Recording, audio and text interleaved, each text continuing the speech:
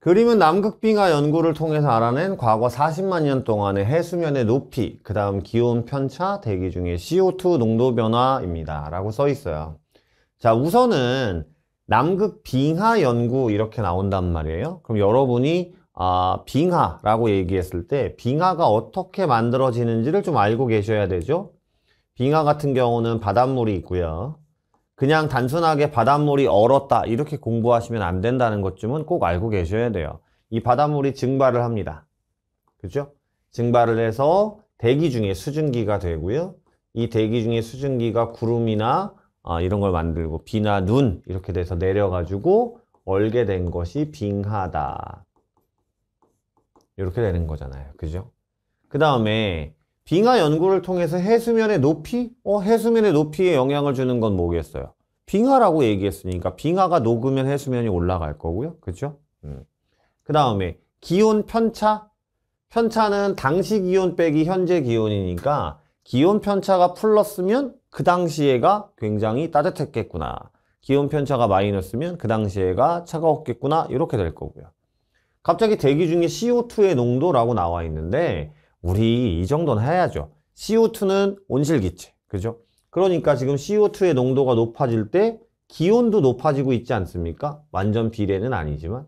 그리고 기온이 높아질 때 해수면의 높이도 왜냐면 기온이 높아지면 빙하가 녹을 거니까. 그쵸? 이런 것들을 좀 가져가시고요. A시기와 B시기를 보시면 A시기보다는 B시기의 해수면의 농도가 굉장히 높고 기온도 높아요. 그죠? CO2도 높아요. 그럼 A시기와 B시기에 대한 설명을 우선 물어볼 때 이거 먼저 하자고요. 니은, 대륙 빙하의 면적은 A시기가 B시기보다 넓으냐? 네, 당연히 넓어요. 왜? A시기가 B시기보다는 추웠죠. 그죠? 그 다음 CO2 농도가 높은 시기에 평균 기온이 낮으냐? 아니요. CO2 농도가 높을 때 기온이 높아요. CO2는 온실기체라서. 그럼 디귿은 틀렸고요.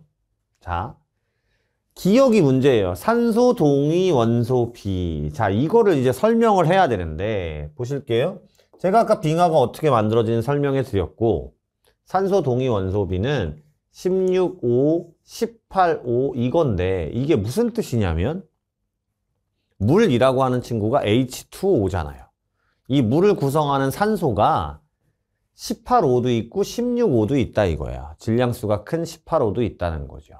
그러면 이 16O가 일반적인 산소이기 때문에 이 친구는 변화량이 적다. 변화량이 적다. 그러니까 여러분이 변화량이 적기 때문에 이 친구는 크게 신경 쓰시지 않으셔도 돼요. 무슨 뜻이냐? 아주 따뜻했을 때 우리가 이걸 간빙기라고 부르고요. 지구가 추웠을 때 이걸 빙하기라고 표현했을 때 이 16O의 증발에 대한 얘기는 빙하기나 간빙기의 차이가 적었다. 별로 없었다. 그러니까 이 16O는 신경 쓰지 말고요.